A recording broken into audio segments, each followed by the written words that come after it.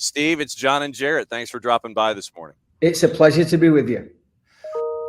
When you look back now that you've had, a little bit of time to kind of let the 24 season digest, I guess, what are some of the things that stick in your head about Atlanta United 2 and what you were able to accomplish this season in MLS Next Pro?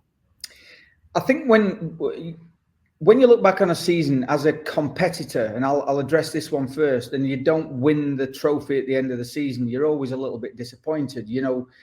I don't think that'll ever change for someone like me or for most of the players that we have with us, and certainly not the coaching staff or the club. This is what it's like when you're at a big club. The reality, though, is that the two sit in a very different place than the first team. We sit in a place that is really about player development. The goal of the group is to get as many players through that pathway as we possibly can, from the academy and outside the academy, and then into the first team. And I think when you look at the contributions that various players have made in US Open Cup, playing minutes for the first team, even this past weekend, you look at a great finish from Tyler Wolff, who recently got good minutes with the twos. And you look at the development of some of the young players from the academy. Dominic Chonkwe really sticks in my mind there as well. I think you can look at the season as a real success because, again, just like last season as well, we had a great record of bringing players through our academy, through the college system. Actually, when you look back at Nick Firmino last year, coming from another MLS club and then gaining some traction with us. And then the same thing happened this year with Matt Edwards coming from college and has now made great contributions. So if you ask me that question as Steve Cooke, the competitor, I'm going to say, my goodness, I'm a bit disappointed. But the reality is that if you look at the vision and the purpose for the twos, we've had yet another really good season where a lot of players have improved, a lot of players have moved through the pathway, and probably some of the successes they've had and the challenges they've had are really about preparing them for their futures and the future for the first team. And that really makes us all proud because that's what it's all about. Coach, I wanted to ask about the emotional development in these situations because, especially some of these teenagers, we were all 17 at one point, and not all of us were mentally and emotionally mature enough to handle playing a game professionally. What's it like trying to get them into a good place mentally and emotionally week after week where they can contribute and not let things kind of weigh them down? I think this is a really big question. And it's one that I think we probably, as should I say, more mature people, we probably forget how we were when we were that age, as you alluded to. We also, I believe, might not appreciate what it is like for a young person in the 21st century and certainly in the 2020s with social media. So everything they do is magnified. Everything they do from their performances are seen on platforms like Y-Scout and on Huddle, and we've got people all over the world putting stats together for these young people. And so I think one of the difficulties these days for any young person is that their lives are lived out in the public eye, and especially as a young player coming through the academy, you play with that joy, you play with that freedom, you have this sense of, it's a kid's game and I'm really lucky to be playing. And then suddenly, around about the age of 16, 17, 18, it starts to take on a little bit more meaning in a professional sense. And then when you go through the ups and downs publicly, it can be quite traumatic for a young player. And I think one of the big things I think we do try to focus on is making sure that the players are in a good place from a holistic sense, their lifestyle, from their daily habits, from not getting too high with them when they have good games, and certainly not battering them when they get too low. But they do also need to learn how to be professionals. And the reality is that the professional world of soccer is really, really tough to make a career. And it's really difficult to progress as a young player because for every person that you are chasing in the first team, there is somebody chasing you as well. And I think for these young players, if they get so concerned with their past performance, it can really be damaging for them. And instead, I think they need to live that moment, work as hard as they possibly can every day, be themselves, really express themselves in a way that is uniquely them. And then we give them guidance both in a soccer sense and in a lifestyle and a personal sense. And I think in our club, we've got some really good people. They're very hardworking. They're young men who really commit themselves. But then again, we have to also make sure that that pathway for them is not too smooth. We don't want it to be, this constant upgrading of themselves. It's got to be a struggle at times, and we create that struggle. And I think you're right there, Jarrett, is that the mental side of the game, if you want to be a top performer at the top level these days, I really believe the mental side of the game is probably paramount. And they all have some ability, but can they handle the strains and stresses of a career in professional soccer? And that is something that we always have to continuously remind ourselves of. And at the same time, though, you have those individuals who are on the other side of college, the 22, 23, 24-year-olds like a Noble Okello, like a Javi Armas, who, while they are learning that next step as well, they have those added years of experience, whether it's in university or just life. And so their learning is coming at a different speed, learning different things, where you have the 16, 17, 18-year-olds who are also learning. So it's almost like two different paths that you and Jose Silva, Lewis Sharp have to negotiate as coaches in the day-to-day, just with the individuals that you have on the roster. I think that's a good point. In our group, the players come from so many different spots, right? And it's easy to look at the young academy players and say, well, they're all on an upwards trajectory, they're all going to make it, and that is one element. But then you're right, is that we have these young men who are coming from college situations. Their experience in life is greater. They've lived away from home. They've done their own laundry. They've got the groceries. They've just, like you said, done a bit more traveling and lived on the planet a little bit longer. So they have that life experience. And I think that really does stand them in good stead. However, from a soccer standpoint, some of those players, you mentioned Javi Armas, this was his first year as a pro at the age of 24, going to be 25 relatively soon. And at the same time, we've got Matt Edwards, who's coming back in from college, and he's a little bit younger, but he's also in his first days as a professional player. And how quickly they adapt, and how quickly they, at times, I think, can face the challenge of not necessarily being the best player in the team anymore, and maybe not feeling like they're as accomplished. And why am I playing with these young kids all the time? I think they're their own personal challenges. And then, this year we had John Burner, who probably at 30-something, who's been a great mentor and leader and had a really good career. He's probably coming towards the end of that phase of his life. And so he's now looking at something else as well. And I think, Kareem Tamimi might stand out in that regard as well. And so I think we've got this group of players that are all coming from different points of view. And you're right, is that my responsibility, Jose, Lewis Sharp, is to connect with every player, develop those relationships so that we can do what is best for the player, and in turn, therefore, doing what's best for Atlanta United, given where the players are at that stage of their careers. And it's really enthralling. It's invigorating every day to wake up and not quite know what's coming. There are times, like I said to you, when it gets a little frustrating, but that's not to say that's not a beautiful thing, because helping these young men with their lives and their soccer careers is really what we're all here for. Coach, you talked about Jon for a second. I know we talked to him early in the season, talked about him before he got banged up. How tough is that to find those kind of veterans who you can bring in and comfortably tell them, I want to give you minutes, but you might get passed by, and I need you to be a mentor and have that right mentality? Because we've had that here at the club before with Jack Metcalf when he was still playing. Tyler Ruthven, who's with the club now, was in that role in one of the early years. How is it finding those guys who have the right mentality that they can kind of surrender minutes as the season goes along, but translate into that mentor role where they can still be a help for the kids?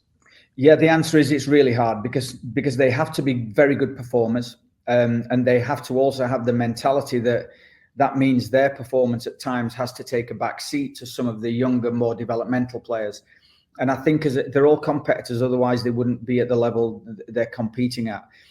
But the reality is I can only imagine that for many players, that is one of the hardest transitions they're going to have to make in their time, where their career takes a little bit of a back seat to some of the other players' lives and careers. And we've been really fortunate with some leaders in the group this year who are slightly older, slightly more mature, but they came to training every single day and helped. And that switch in a player's mentality should sound easy, but when you want to play and you have your own family to feed as well and your own career to look at, there are going to be difficult days with that. And I think that to find them is one thing, to have them then stay on track and understand what the club's vision is and what the club's philosophy is with that is at times a challenge. And we've been really fortunate with the kids here, and I probably pride myself on being pretty honest with the players, and at times that might be maybe a bit too blunt. Probably my greatest strength is my greatest weakness, and that directness and that honesty sometimes might sting in the initial stages, but I've always been honest with the players about their role and where they stand and what the future holds for them. And I always remind the group of the purpose of the team. So you mentioned someone like John Burner. He's been nothing short of the consummate professional. And I know that whatever he does in his life now or in 20, 30 years' time, he's going to be a great success. Atlanta United 2 head coach Steve Cooke dropping by here on the morning show to break down what happened this past season in MLS Next Pro with Atlanta United 2 and the philosophy up there at the Children's Healthcare of Atlanta training ground. You mentioned about being blunt and honest when it comes to player assessment. When it comes to delivering that message, I would imagine that it has to be delivered differently to each individual player, because I don't think you can sit there and just make a blanket approach to sit there and say, well, player X, you need to work on this, and have that work for the next guy down the line. How much of a challenge is it for you to be honest, but cater the message to each individual player, knowing that they're coming at it from a different perspective each time? I think the basis of that comes from developing those relationships with people, not the player, but the person. Understanding what they're about off the field, understanding what they want from their careers and where they're trying to get to and what they want to achieve in not only the short term, but in the long term. We've got a couple of guys who got married this season, for example. So their lives during the season took on a different turn, right? And so we have to speak to them as fully grown men who are now responsible for an entire family and group of people, and that is very different than the 16-year-old who's trying to come through. We probably a little bit more, we probably push the young ones a little bit more because I think it's their first taste, but it really is, like you said, it's so individual and so based on their personalities and obviously ourselves. And again, I am honest with them. I tell them where I think they are relatively often, so that by the end of the season, it's not the first time they've heard it, or it's not a shock to the system or anything like that. But I think in our role, our only role really is to help these people with their careers and their lives. And I think one of the big things that when I say that honesty and being different for every person is really because we love them, we care for them, we want them as people to be successful. And that might mean in a different place than Atlanta United, because that's what's best for them, or what's best for Atlanta United. And those decisions are not made in isolation. They're not made, based on only performance in the last month of the season, for example, or whether we made the playoffs. They're based on what the needs are for the first team. What do we have coming through the academy behind this group of players? And then more importantly, what the philosophy is and the succession planning is for the first team. And as you know, there's going to be some change with the first team and a new GM rolling in here. There might be a different philosophy. And I think our role is to constantly put the players at the forefront of our mentality so that whatever the philosophy is going to be from the club, we can help the players with their lives, their careers in Atlanta United, and then further than that, outside of Atlanta United when they're finished playing for us. You talk about the changes potentially in philosophy. I wanted to ask you, because I know every coach has their game model, they have their philosophy. How tricky is it for you sometimes when, and I know we've talked about this after games, where guys might be training with the first team, they might be away at tournaments or with youth national team setups. How tricky is it for you to week to week get things set up, knowing you might have inconsistent training or might have different groups of guys, getting the team set up with the right people and the right skill sets to succeed week in and week out? I think if you ask all throughout the world, people who coach reserve teams that are sitting right underneath the first team and they're the last stage of the developmental program going into the first team, I think they're all going to give you similar frustrations that at times we don't get to train the group. At times we get players dropping in from the first team. At times we get told this player needs to play this many minutes from the academy. And I think this is the beautiful part of what we do for a living. This is the best part of it, putting that jigsaw piece together and making that puzzle fit together and work. And I think it's very simple for me, is that is the role of the head coach of this group, and it is the role of the coaching staff of this group and everybody involved. If that's not what you enjoy, if that's not what you like to do with your career, because maybe you're living vicariously through the players, or you see this group as a vehicle to raise your own profile and suddenly become the head coach of Real Madrid, well, I don't think this is the role for you. I think this is a role for someone who wants to help young people, wants to help coaches as well. And from my standpoint, I've been around the game a long time now, and part of my joy is to really help young people with their coaching careers or support staff careers or playing careers. And I think it's critical that I always keep that perspective, and therefore all of the staff members can keep it in their proper perspective. If we're looking just to win games, we're going to at times find it really, really frustrating. But again, if you look across the country at reserve team coaches, we all share the same, at times, frustrations. I've worked now, this is my 6th professional club I've worked in, and all of them have slightly different tweaks on a methodology or a style of play. And our role is to fit in with what comes along. And if the next GM or head coach comes in and says, this is what we need you to do now, then we nod our heads and we get on with it, and we make the very, very best scenario of that. And I've been fortunate to work with some really, really top level people in my time. I've worked with great players, great coaches, and really good people across the board. Everyone has good ideas. Nobody owns the best way of soccer. Nobody owns the best way of developing players or playing. And I think our role is to really embrace it and help the players understand that if they're going to progress with their careers, they're going to encounter many, many people with many opinions and many different ways of doing things. And their job is to adjust and be the best version of themselves within that framework that the coaching staff and the club give them. Last question for you, Stephen. Thanks for dropping by. It's always great to have you here so we can pick your brain. Comes from one of our viewers this morning. Question is, how difficult is it for you to change a player's position? Sit there and you look at somebody like an Efrain Morales who was thought of, okay, I don't think you're better up top. We think you're better as a center back. How difficult is it to change a player's position, to have them sit there and say, okay, we think you would be better full-time here as opposed to where you've been in the past? Oh, that's a great question. It's not easy. I'm not going to sit here and say, wow, it's so easy. We think he's a right back, so we're going to stick him over there and it's smooth.